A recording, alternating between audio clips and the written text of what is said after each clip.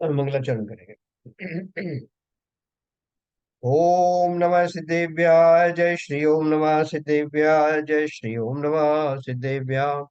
मंगलम भगवान वीरो मंगलम गौतम होगणी मंगलम कुंद कुंदाद्यो जयंदर्मोस्तु मंगलम।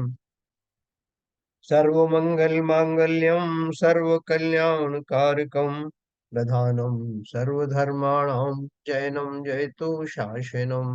जैनम जयतु शासनम जैनम जयतु शासनम। तुम्हारी बात चल रही थी। मोक्ष मार्ग प्रकाशक का 8वां अधिकार हम लोग पढ़ रहे हैं, जिसमें अनुयोगों का वर्णन है। 4 अनुयोगों में से प्रथमानुयोग का हमने वर्णन पढ़ा, कर्णानुयोग का पढ़ा, और चरणानुयोग का हमने कल लगभग समाप्त किया। थोड़ा सा बाकी है उसमें। तो मैं सोच रहा था कि सब्जेक्ट बहुत अच्छा था, एकदम प्रैक्टिकल था। तो कल लोग कुछ 8 ही लोग आए थे, तो इसलिए मैं सोच रहा था कि आज रिपीट करें, लेकिन आज भी 8 ही लोग हैं और वही 8 लोग हैं, नए कोई आए नहीं है। इसलिए अब मैं उसको रिपीट नहीं करूंगा, वरना आगे चलेंगे कल से।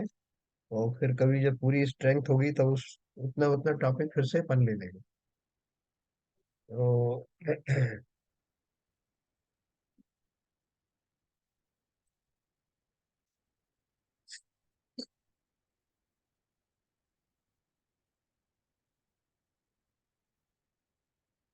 अपन ने जो एक बात पढ़ी थी वो ये थी, चरणानी योग में कषाई जीवों को कषाय उत्पन्न करके भी पाप को छुड़ाते और धर्म में ही लगाते, जैसे पाप का फल नरकादि के दुख दिखाकर उनको भय कषाय उत्पन्न करके पाप कार्य छुड़वाते। तो ये बात पढ़ी थी ना, कि जो उनको डराया जाता है, तो डराना भी एक भय जो है वो कषाय है, नो कषायों में आती है। लेकिन फिर भी उसको इसलिए उसका सहारा लिया जाता है कि जो बड़ी कषाय है उसको छुड़ा करके छोटी कषाय में लाते हैं, और फिर कालांतर में उसको भी छुड़ा देते हैं। पाप का फल नरकादि के दुख दिखाकर उनको भय कषाय उत्पन्न करके पाप कार्य छुड़ाते हैं। पुण्य के फल स्वर्गादि के सुख दिखाकर उन्हें लोभ कषाय उत्पन्न करके धर्म कार्यों में लगाते हैं। है तो कषाय वो भी।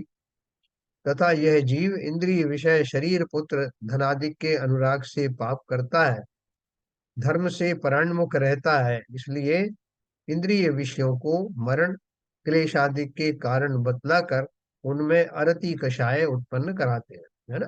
ये देखो, जो कल मैं अपन ने बहुत विस्तार से ये बात करी थी, तो शरीर आदि में की जो चर्चा करते हैं उसको अशुचि होने की बात करते हैं, उसका एक एक चीज से अपन कहते हैं नौ नौ नौ मल द्वार बहे नित वासर नाम लिए घिनावे।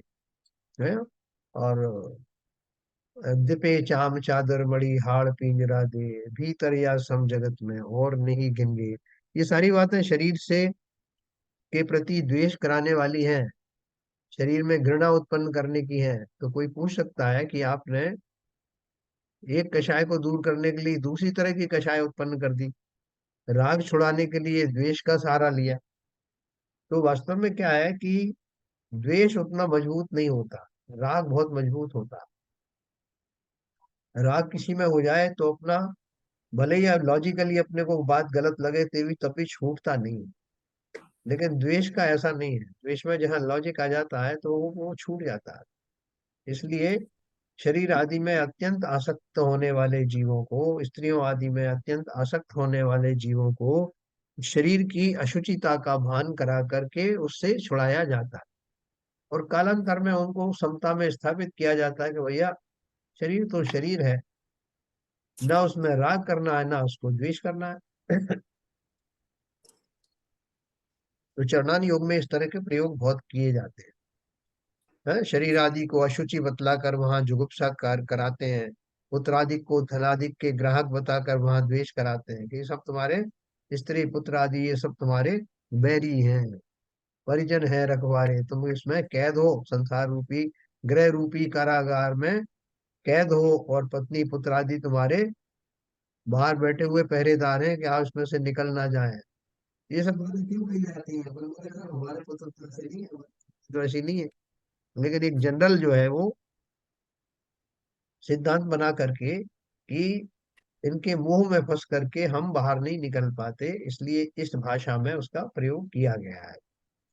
तो बोले इत्यादि उपायों से विषयादि में तीव्र राग दूर होने से उनके पाप क्रिया छूटकर धर्म में प्रवृत्ति होती है, तथा नाम स्मरण, स्तुतिकरण, पूजा, दान, शीलादिक से इस लोक में दारिद्र्य कष्ट दूर होते हैं, पुत्र धनादिक की प्राप्ति होती है। इस प्रकार निरूपण द्वारा उनके लोभ उत्पन्न करके उन धर्म कार्यों में लगाते हैं। कल अपन ने बात किया था ना, सुख संपत्ति वो होए जगत में आनंद मंगल क्या क्या अपने आता है ना सब। तो वो क्योंकि मिथ्यादर्शी जीव ज्यादातर जो है वो किसी प्रलोभन के वश तो धर्मादि का कार्य करते हैं, लेकिन उनको अगर समता की बात कहो, उनको आत्मा की बात कहो, उनको मुक्ति की बात कहो, तो वो उनके समझ में नहीं आता। इसलिए उनको ये सब जो दान पूजन आदि है उनका फल पुण्य के रूप में बता करके उनको मोटिवेट किया गया। क्योंकि अगर वो नहीं करोगे तो पाप कार्यों में तो वो लगे ही हुए थे। पाप से बचने के लिए कम से कम किंचित पुण्य आदि का सहारा लिया जा सकता है। फिर जब एक बार वो मंद कषाय की भूमिका में पुण्य की बैकग्राउंड में आ जाते हैं, तब उनको धीरे से समझाना कि ये पाप और पुण्य दोनों ही बेड़ियां हैं। इसलिए जब पूजन आदि करने ही बैठे हो, स्वाध्याय करने बैठे ही हो, तो उनका फल लौकिक फल क्यों चाहना? इससे ऊपर के फल के हकदार हैं हम। इसलिए उनकी प्राप्ति के लिए प्रयत्नशील रहना। ये प्रारंभिक भूमिका में करवाए थे ये सब, ठीक है, दानशील आदि जो किया है, लेकिन अभी हमको समय आ गया है, हमको निश्चय धर्म की ओर बढ़ना है।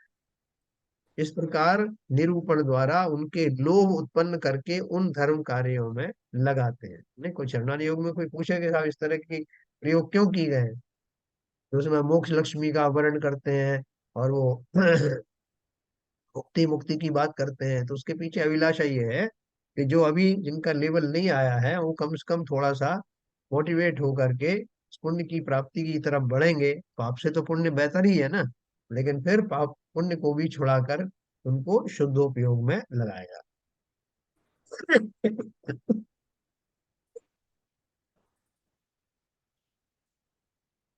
इसी प्रकार अन्य उदाहरण जानना।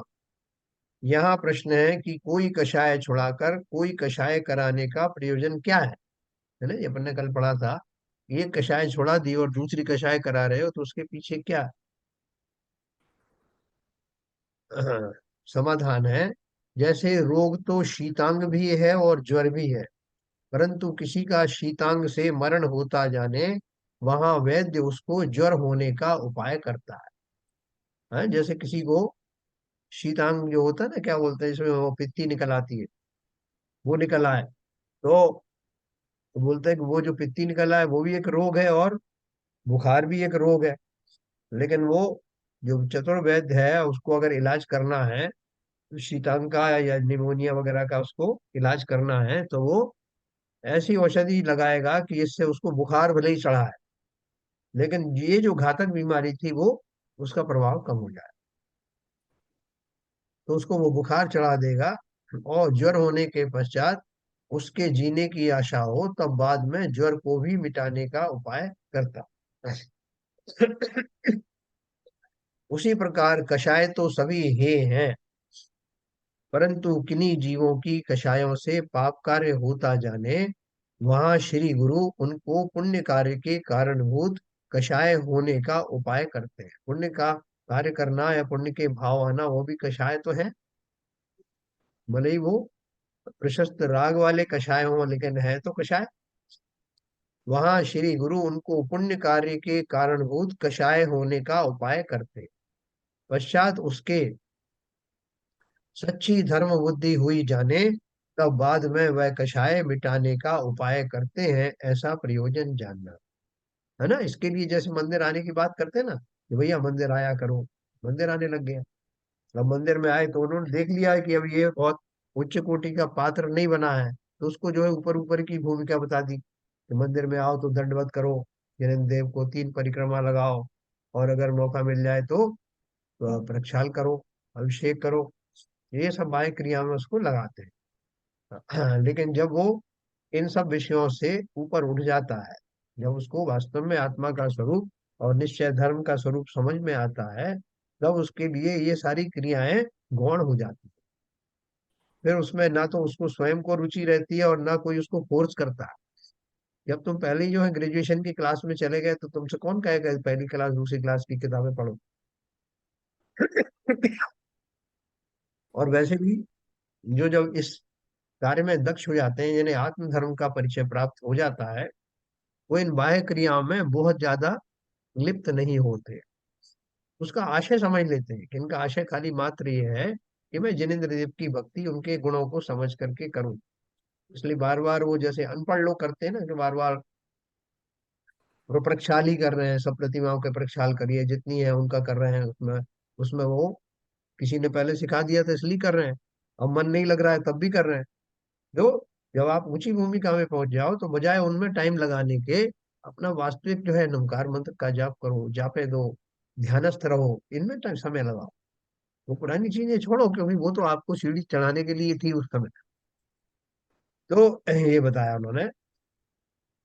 उसी प्रकार योग ऐसा प्रयोजन जानना, तथा चरणान योग में जैसे जीव पाप छोड़कर धर्म में लगे, वैसे अनेक युक्तियों द्वारा वर्णन करते हैं। वहाँ लौकिक दृष्टांत, युक्ति, उदाहरण, न्याय वृत्ति के द्वारा समझाते हैं। वहाँ कहीं अन्य मत के भी उदाहरण कहते हैं, तरह तरह से समझाते हैं। तो वहाँ ये ऐसा आया था, एक बार ऐसी घटना घटित हुई थी, एक बार वैसी हुई थी, कहीं टीवी का उदाहरण, कहीं अन्य मतों का उदाहरण दे करके जो बेसिक सिद्धांत है उसको समझाने का प्रयत्न किया जाता है।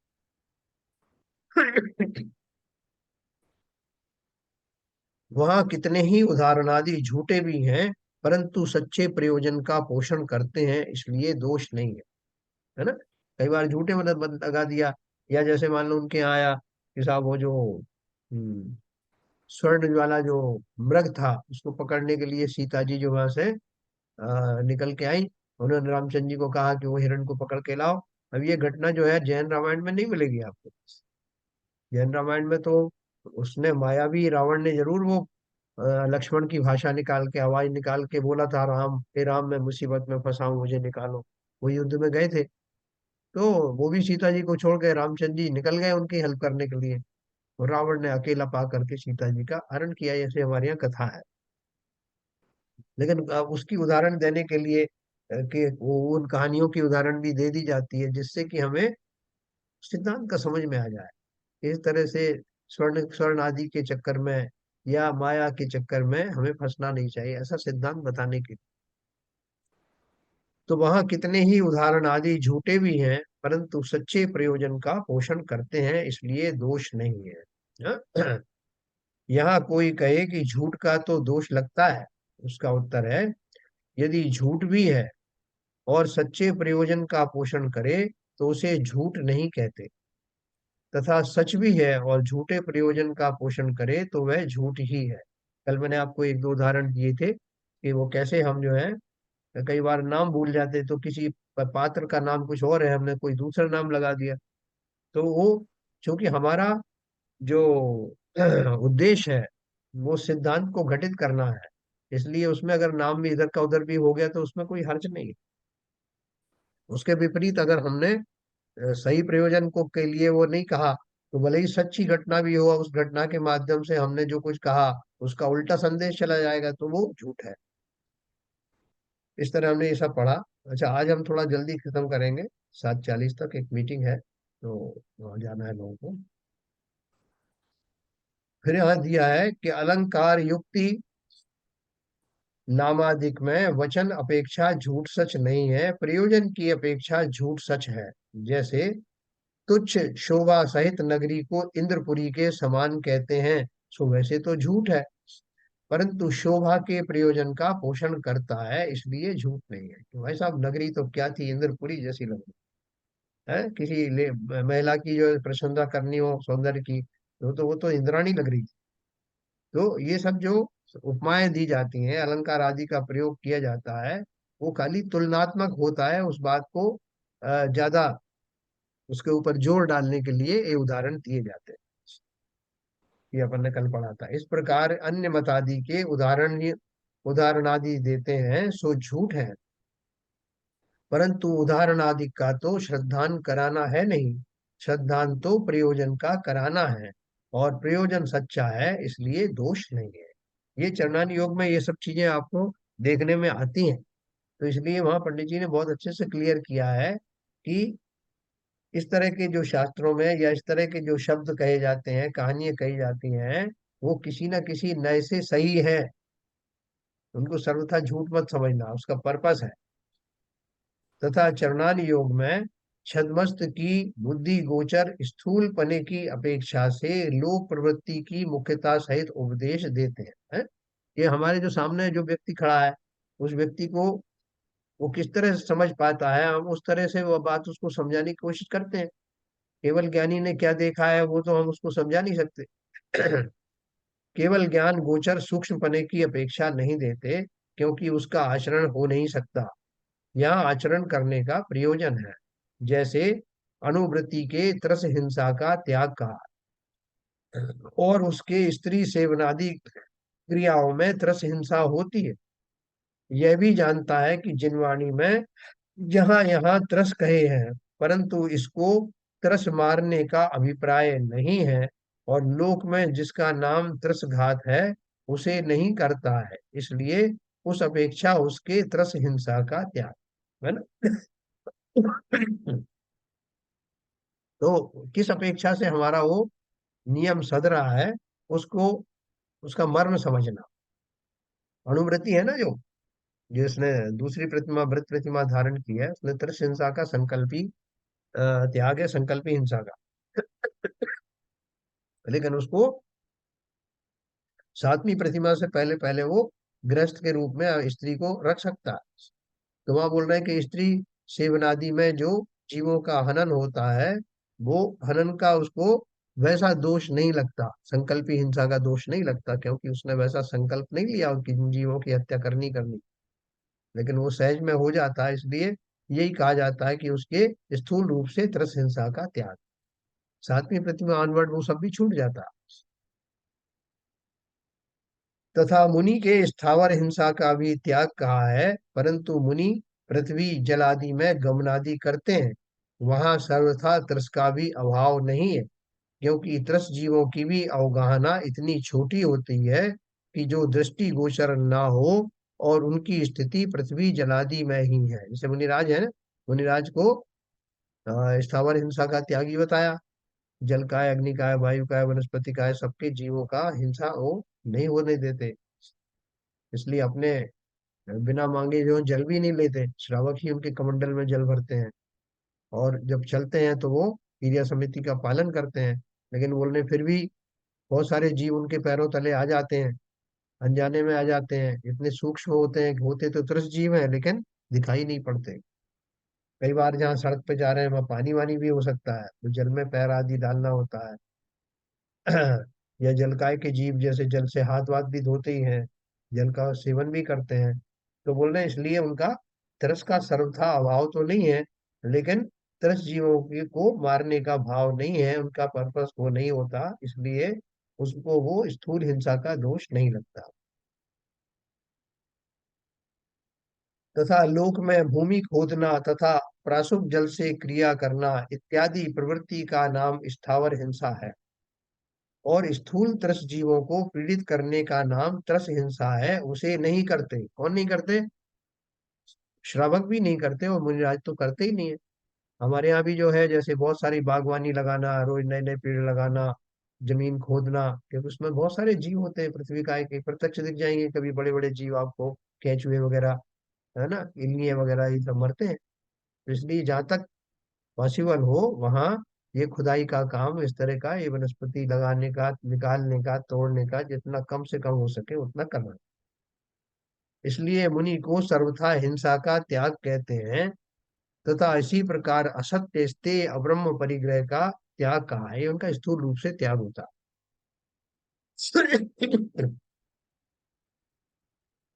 पर हमने ये कल पढ़ा था केवल ज्ञान के जानने की अपेक्षा तो असत्य वचन योग 12 में गुणस्थान पर्यंत कहा है। अदत्त कर्म परमाणु आदि परद्रव्य का ग्रहण 13 में गुणस्थान पर्यंत है ना। अभी अपन ऊपर की भूमिका में देखें तो केवल ज्ञान जो है वो आ, उसकी अपेक्षा तो जो बहुत सारा जो वचन जो है 12वें गुणस्थान वाले मुनि के भी वो परफेक्शन नहीं होगा कि जैसा प्रत्यक्ष केवल ज्ञान में दिखाई पड़ता है वैसा केवल ज्ञान से पहले वाली भूमिकाओं में नहीं दिखाई पड़ता। इसलिए परोक्ष में दिखाई देने के कारण उतना सत्य नहीं होता जितना केवल ज्ञान के बाद होता। दूसरा अदत्त कर्म परमाणु, जैसे अरहंत देव का शरीर है, तो शरीर में आने वाले पुद्गल परमाणु, कर्मों के परमाणु, चाहे नो कर्म के परमाणु जिनसे शरीर की रचना होती है, वो भी तो निरंतर आ रहे हैं ना। पुराने जो है छूट रहे हैं, नए आ रहे हैं, इसलिए शरीर की स्थिति बनी हुई है। और दूसरी तरह के साता कर्म आदि का जो है वो भी उनका निरंतर आयु कर्म, जो चारों आघातीय कर्म उनके परमाणु भी आ रहे हैं। तो वो बोलते हैं कि वो क्यों आने दे रहे हैं। उन्होंने तो त्याग किया ना इन सब चीजों का, अदत्ता दान लेने का, बिना बिना मांगे जो है, बिना किसी की अनुमति के मैं किसी को किसी वस्तु को ग्रहण नहीं करूंगा, तो ये कर्मों को क्यों ग्रहण कर रहे हैं। तो बोल रहे उसमें उनकी चलती नहीं है, वो तो अपने आप आते हैं, प्राकृतिक घटना है। और इसी तरह से वेद का उदय 9वें गुणस्थान पर्यंत है। जो वेद है ना, स्त्री वेद, पुरुष वेद, नपुंसक वेद, कल हमने पढ़ा था कि मुनिराज को तो इन सब का से कोई मतलब ही नहीं है। जब ऊपर के गुण स्थानों में चढ़ते हैं तो नपुंसक वेद चला जाता है, स्त्री वेद चला जाता है, पुरुष वेद बना रहता है, वो 9वें गुण स्थान तक रहता है। और उसका रहने का अर्थ क्या है कि शक्ति की अपेक्षा से वो उदय सत्ता में वो बनी रहती है। कर्म प्रकृति जो है वो बनी रहती है। इसलिए कहा जाता है केवल ज्ञान की अपेक्षा से कि वेद का उदय 9वें गुण स्थान पर्यंत है, जबकि वो उनकी ऐसी कोई क्रियाएं होती नहीं। और अंतरंग परिग्रह 10वें गुण स्थान पर्यंत है। अंतरंग परिग्रह में क्या है, परिग्रह है ना, जो परिग्रह में मिथ्यात्व भी एक परिग्रह है, या जो है किसी तरह की कषाय है वो भी परिग्रह है। तो जो लोभ कषाय है, तो लोभ कषाय जो है 10वें गुण स्थान पर्यंत रहती है। उसके पहले क्रोध पर्याय, क्रोध कषाय बदल करके मान में बदल जाती है, मान क्रोध मान फिर माया में चली जाती है, और माया कन्वर्ट हो जाती है लोभ में। तो 9वें गुण स्थान में जो है वो स्थूल लोक कषाय होती है, और 10वें गुण स्थान में सूक्ष्म लोक कषाय में परिवर्तित हो जाती है। तो बोलते हैं कि वो जो कषाय है वो तारतम्यता से बनी रहती है, केवल ज्ञानी की अपेक्षा से जाना जाता है। लेकिन वो कषाय वो जानबूझ के तो रखते नहीं है, बुद्धिपूर्वक होती नहीं है, इसलिए उनका त्याग ही है, ऐसा कहा जाता है। हाँ, ये सब अपन ने पढ़ा। तथा जिस प्रकार मुनि के मूल गुणों में पंचेंद्रियों के विषय का त्याग कहा है, परंतु इंद्रियों का जानना तो मिटता नहीं है।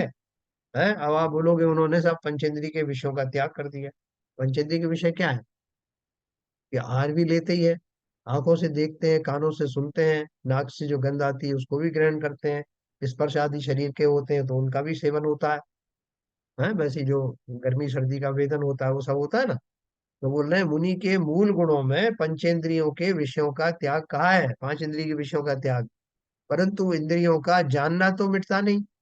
पांचों इंद्रियां अपने अपने जानकारी ले रही हैं। और विषयों में राग द्वेष सर्वथा दूर हुआ हो तो यथार्थात चारित्र हो जाए। बोले इतना भी ज्यादा जो राग द्वेष दूर नहीं हुआ है, इतना जो यथाख्यात चारित्र होने पर होता है, अभी वो स्थिति आई नहीं। परंतु स्थूल रूप से विषय इच्छा का अभाव हुआ है, और बाह्य विषय सामग्री मिलाने की प्रवृत्ति दूर हुई है। तो क्या कमी आ गई, जानबूझ करके उन विषयों के लिए कुछ प्रयास नहीं करूंगा, और विषय सेवन की इच्छा भी नहीं रही, इसलिए अबुद्धि पूर्वक जो कुछ होता है बस उसी उतना ही भर दोष रह जाता है।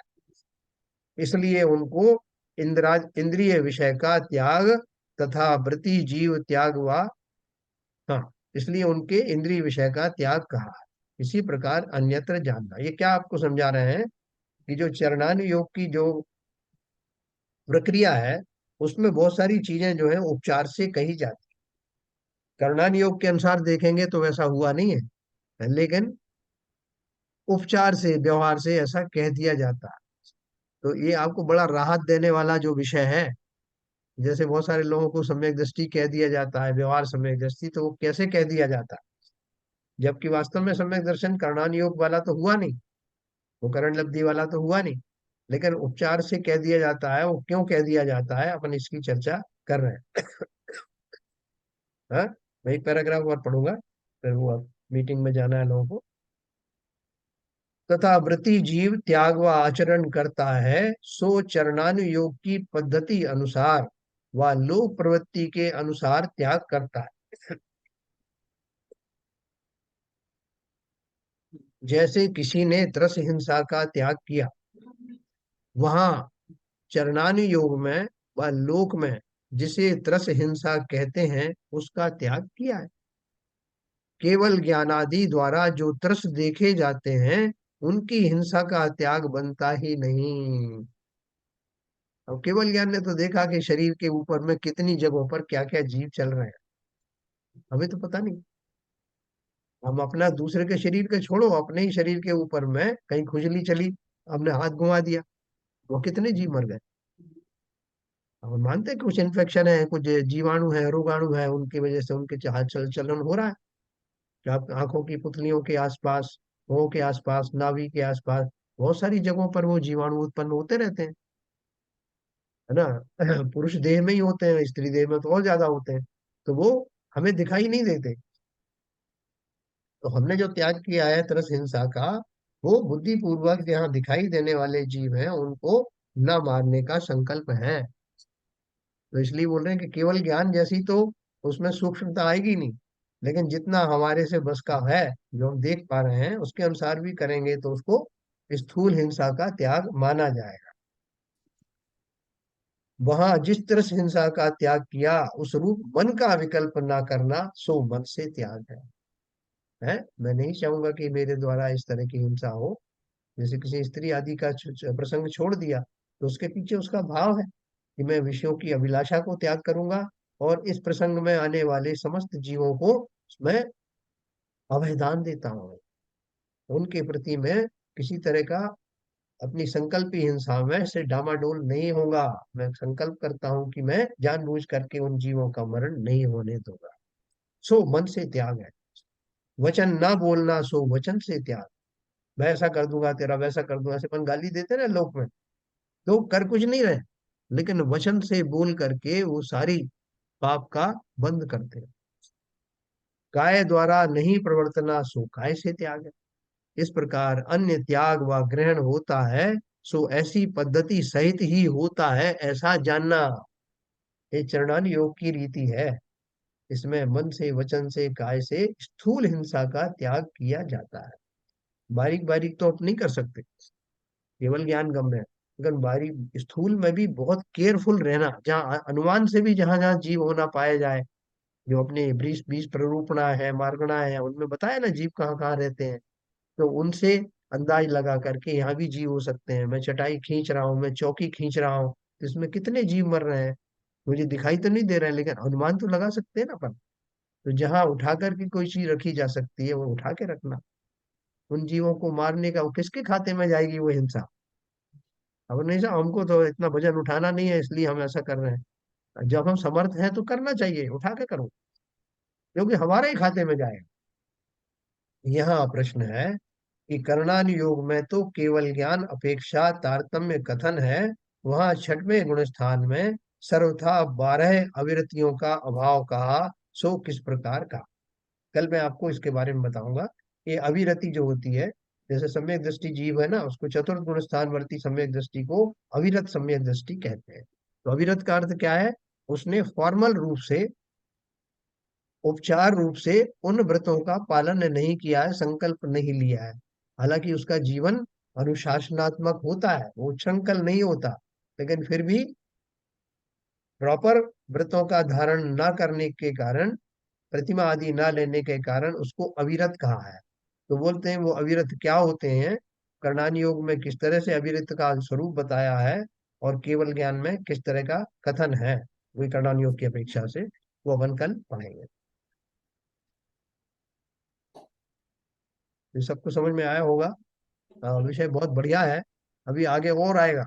कि जो हम बोलचाल की भाषा में जो कहते हैं कि वो फला तो सम्यक दृष्टि ऐसा, फला तो ऐसा है, वो सम्यक दर्शन का अर्थ क्या है, और ऐसा कहना ठीक है या गलत है, ये पूरा इसमें एब्स्ट्रैक्ट दिया है।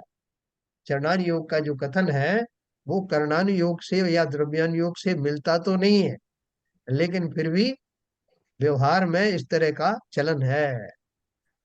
वो चलन अपन कल पढ़ेंगे, तो वो सर्वथा झूठा भी नहीं है, लेकिन उसकी अपेक्षाएं क्या है ये अपन कल और विस्तार से पढ़ने वाले हैं। क्या चलन जी? ये बिल्कुल सही है जी। तो ये आपको बहुत रुचिकर लगेगा।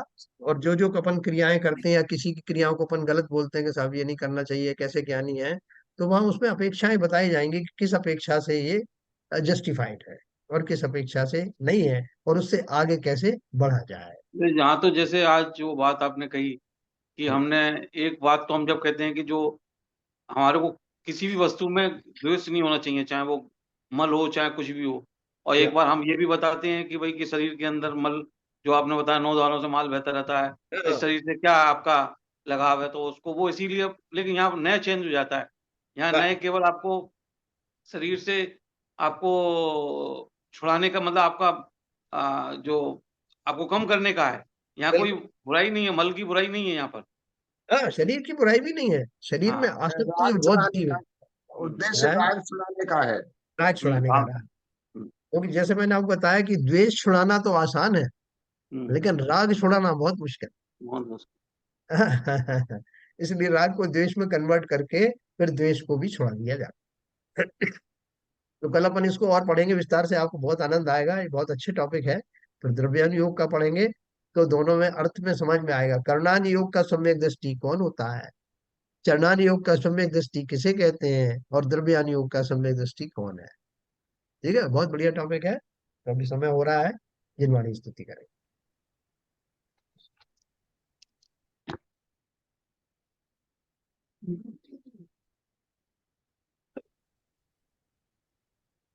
शतम नाश वे को ज्ञान के प्रकाश वे को अपर भास वे को भानु शिव हानि है। द्रव्य जान वे को बंध विधि भान वे को स्वपर की छान वे को परम प्रमाणि है। अनुभव बताए वे को जीव जताए वे को अब सताए वे को भव्य और हानि है।